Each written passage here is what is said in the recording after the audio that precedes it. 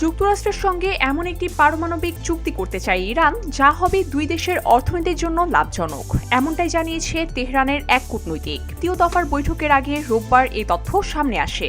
তেহরানের পারমাণবিক কর্মসূচি নিয়ে গত কয়েক দশক ধরে বিরোধে জড়িয়ে আছে ইরান ও যুক্তরাষ্ট্র। উত্তেজনা এমন পর্যায়ে পৌঁছেছে যে সম্ভাব্য নতুন সামরিক সংঘাতের আশঙ্কাকেও উড়িয়ে দেওয়া যাচ্ছে না। এই ঝুঁকি এড়াতে চলতি মাসের শুরু থেকেই দুই দেশ নতুন করে আলোচনায় বসেছে।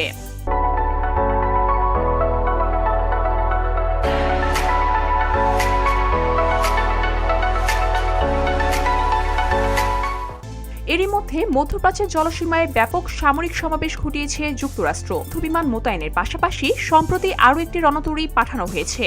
মার্কিন কর্মকর্তারা বার্তা সংস্থা রয়টার্সকে জানিয়েছে, আলোচনা ব্যর্থ হলে ইরানের দীর্ঘমেয়াদী সামরিক অভিযানের প্রস্তুতিও রয়েছে। অন্যদিকে মার্কিন হামলার জবাবে মধ্যপ্রাচ্যে যুক্তরাষ্ট্রের সামরিক ঘাঁটিতে পাল্টা আঘাতের হুমকি দিয়েছে ইরান। তবে রোববার তারা তুলনামূলকভাবে সমঝোতামূলক অবস্থান নিয়েছে বলে জানিয়েছে রয়টার্স।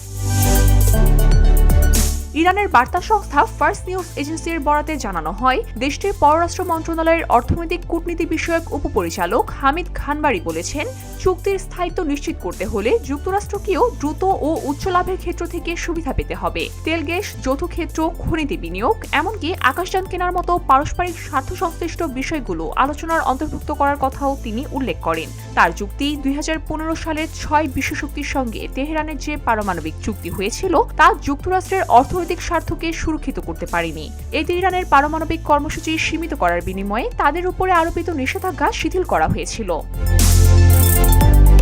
তবে প্রথম মেয়াদে ক্ষমতায় এসে ২০১৮ সালে ডোনাল্ড ট্রাম্প যুক্তরাষ্ট্রকে চুক্তি থেকে সরিয়ে নিয়ে পুনরায় কঠোর অর্থনৈতিক নিষেধাজ্ঞা আরোপ করেন। রয়টার্স জানিয়েছে, মঙ্গলবার জেনিভায় ইরানি কর্মকর্তাদের সঙ্গে মার্কিন প্রতিনিধি দলের বৈঠক হতে পারে। ২০১৫ সালের চুক্তি ছিল বহুপাক্ষিক। কিন্তু চলমান তেহরান ওয়াশিংটন সংলাপ কেবল এই দুই দেশের মধ্যেই সীমাবদ্ধ থাকবে। আলোচনার মধ্যস্থতাকারীর ভূমিকা পালন করছে ওমান। উত্তেজনা ও কূটনীতির এই টানাপোড়েনে এখন দৃষ্টি জেনেভার বৈঠকের দিকে। সংঘাত নাকি সমঝোতা, সেটি ঠিক করবে পরবর্তী অধ্যায়। BOD Bangla news desk.